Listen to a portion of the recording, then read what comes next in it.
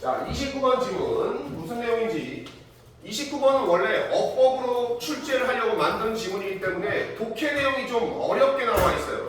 그래서 29번은 나중에 일치불일치 혹은 주제 제목 문제로 많이 나오기도 합니다. 그리고 이것을 요약으로 내기도 해요.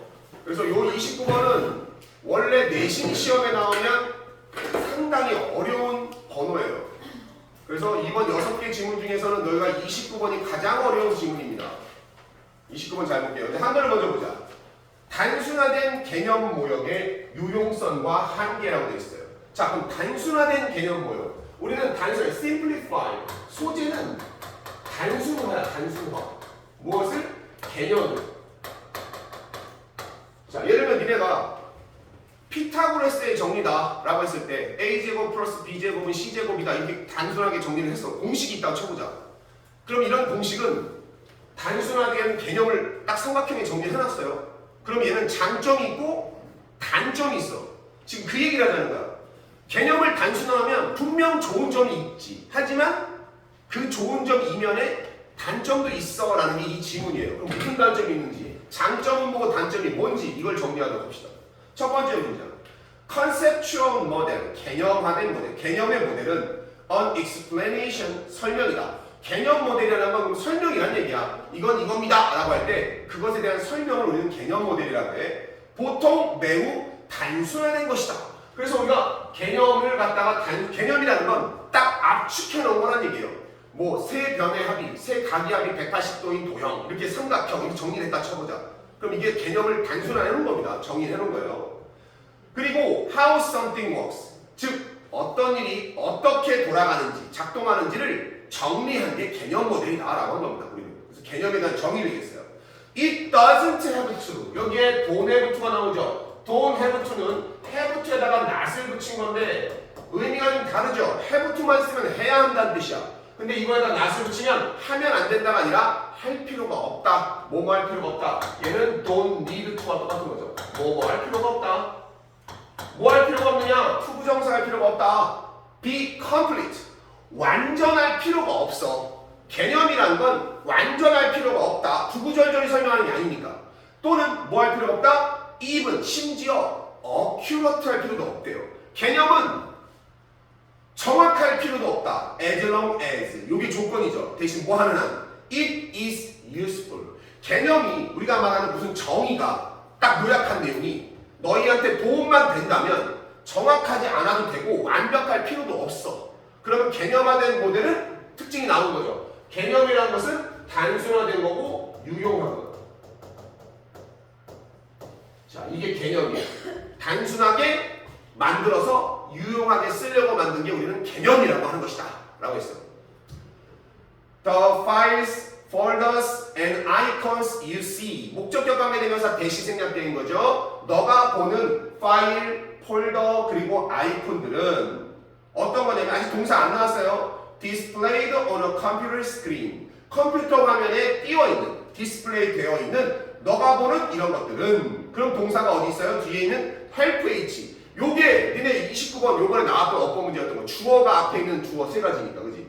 도움을 준다. 사람들이 뭐 하도록? 만들어내도록. 준사역 동사죠. create 대신에 뭘 써도 된다? to create 써도 되는 거죠. 개념 모델을 만드는 걸 도와준다. 뭐에? 문서와 폴더. 그리고 컴퓨터 내부에 있는 문서와 폴더. 다시 말하면 너네가 컴퓨터 정리하면 파일 이름 저장하기 눌렀을 때 저장할 때 이거 영어 시험지 이렇게 해서 파일 이름을 적는다든지 아니면 폴더를 만들 때 폴더 이름할 때 중간고사 자료 이렇게 만든다든지 이런 식으로 정리해 놓으면 알아보기 쉽게 정리가 되잖아. 지금 그 얘기하는 겁니다. 그렇게 정리를 하기 위해서 쓰는 거야. 또는 앱이나 응용 프로그램 화면 위에. 다시 말하면 어플도 마찬가지죠. 어떤 프로그램인지가 핸드폰 화면에 딱 이모티콘이 있잖아. 그 이모티콘 딱 누르면 이 프로그램이 즉 돌아갈 거 아니야. 근데 우리는 그 그림만 봐도 이게 어떤 프로그램인지 한 번에 알 수가 있다. 버스 노선도다. 그러면 버스 그림이 있으면서 버스 노선도 이렇게 이름이 붙을 거 아니야. 지금 이런 게 다 개념화된 개념을 단순화시킨 거의 예시예요. 알겠습니까? 그러니까 이 내용 자체는 정리를 하면 그런 거죠. 우리가 지금 쓰고 보는 것들 모든 것들은 이런 개념을 단순하게 한 거야. 알아보기 쉽게. 사실 there are no folders inside the computer. 컴퓨터의 내부에는 폴더가 없다. 폴더들이 없대요. 그것들은 효과적인 개념화입니다. 무슨 개념하냐? 디자인, 설계된 개념화이다. 뭐 하기 위해서? Make them easier to use라고 나와 있어요. 그러면 여기 나와 있는 them은 뭘 얘기하는 거냐? 폴더들을 더 쉽게 사용하기에 만들어진 그런 개념화일 뿐이야. 컴퓨터 내부에는 폴더가 전혀 없어 라고 했어요. 그러니까 이거는 니네가 만들어낸 개념인 거지 실제로 컴퓨터 내에 원래 존재하는 개념이 아니라는 겁니다. 여기서부터 살짝 니네가 내용이 어려울 거야. 그래서 잠시 내가 읽고 와. 정리해 줄 거야 잠시 뒤에. 때때로 이러한 묘사는 더할 수 있어요. 혼란을. 하지만 이러면서 however 끝에 있죠. 코마 다음에 however는 코마 다음에 도구로 써도 됩니다. 그러나 맨 마지막에 코마를 끼고 있는 건 그러나라는 뜻이에요. 그러니까 단점이 나왔습니다. 개념을 우리는 단순한 것 때문에 유용하다는 장점이 있지만 단점이 여기 나오는 거예요. 뭐가 있다? 혼란이 생길 수 있대. 이게 한계야. 단점이야. 그럼 무슨 혼란인지 봅시다. 너가 이메일을 읽는 것 또는 웹사이트를 방문할 때, 자 컴퓨터를 쓴다고 쳐봅시다. 이메일을 읽거나 니네 유튜브를 방문한 거예요. 이랬을 때 그 자료들, 이메일에 있는 내용이나 유튜브에 있는 영상들은 보인다. 장치에 있는 것처럼 컴퓨터 화면으로 보이니까 컴퓨터에 있는 것처럼 보이지만 사실 그거는 뭐냐? 여기 보면 왜냐하면 그것이 표시되고 사용되기 때문에. 자, 이 얘기예요. 그러면 무슨 얘기를 한 거냐? 방금 전에 자 필자가 얘기하는 거 혼란을 야기한다는 얘기는 뭐냐면 컴퓨터로 이메일을 읽고 여기 화면에 표시되니까 여기 화면에 표시되니까 여기 이메일 내용이 있다거나 영상이 나와. 그러면 화면을 통해서 우리 보니까 이 자료들을 언제든지 내가 보고 싶을 때 볼 수 있겠구나 라고 생각할 수 있단 말이야. 컴퓨터에 있겠지라고 하겠지. 근데 컴퓨터에 있는 거야? 컴퓨터 자체에 저장된 내용이 아니잖아. 컴퓨터를 통해서 우리가 볼 뿐이지 이 자료들은 사실 클라우드라든가 다른 웹상에 있는 거예요. 근데 이 컴퓨터는 없단 말이야. 지금 그런데 혼란이 있다는 건 바로 이거야. 할아버지 할머니들이 영상을 딱 봤는데 야 지난번에 봤던 그 영상 나 혼자 봐야지. 컴퓨터를 아무리 뒤져봐도 폴더가 없단 말이야. 이메일이 없단 말이야. 너희들이 그 이메일은 온라인상에 있는 거니까. 자, 하지만 사실 많은 경우에 실제 자료는 어디에 있다? 클라우드에 있다. 어디에 위치한? 멀리 있는 기계에 있는, 즉 서버를 운영하는 그런 공간에 있는 것이지 내 컴퓨터에 있는 개념이 아니란 얘기예요. 자, 그러니까 개념 모델은 하나의 일관된 이미지다. 반면에 그것은 실제로는 부분들로 구성되어 있을 수도 있고 각각은 서로 다른 기계에 위치해 있습니다. 근데 그 기계라는 것은 세계 어디에서나 있을 수 있는. 자, 이렇게만 보면 이 지문 내용이 뭔 말인지를 정말 너희들이 어려워요. 29번 지문이 그래서 항상 어려운 내용이야. 이거는 어법을 내기 위해서 낸 거기 때문에 내신으로 들어오면 과연 이거 뭘 얘기하려고 하는 건가? 그래서 정리해놓은 겁니다. 우리가 하는 거. 이런 내용 다 필요 없어. 컴퓨터, 이메일 이런 거 다 신경 쓰지 말고 이 지문 자체는 뭘 얘기하는 거다? 개념을 단순화하면 우리가 쓰기는 되게 편하지만 혼란이 생길 수가 있어. 이걸 한계라고 한다. 한계. 그 한계라는 건 뭐냐? 여기서 나온 것만 얘기하는 거니까 단순화된 개념을 우리가 그걸 전체라고, 그 실체라고 착각할 수 있으니까. 근데 처음에도 얘기했죠. 개념은 유용하게만 쓰면 되는 거기 때문에 정확하지 않아도 돼. 완벽하지 않아도 되지, 그지? 그런데 우리가 그 개념만 달달달달 외운다고 해서 시험 때다. 그럼 선생님 정리해준 한 줄만 외운다고 해서 시험 문제를 풀 수 있느냐? 그게 아니잖아.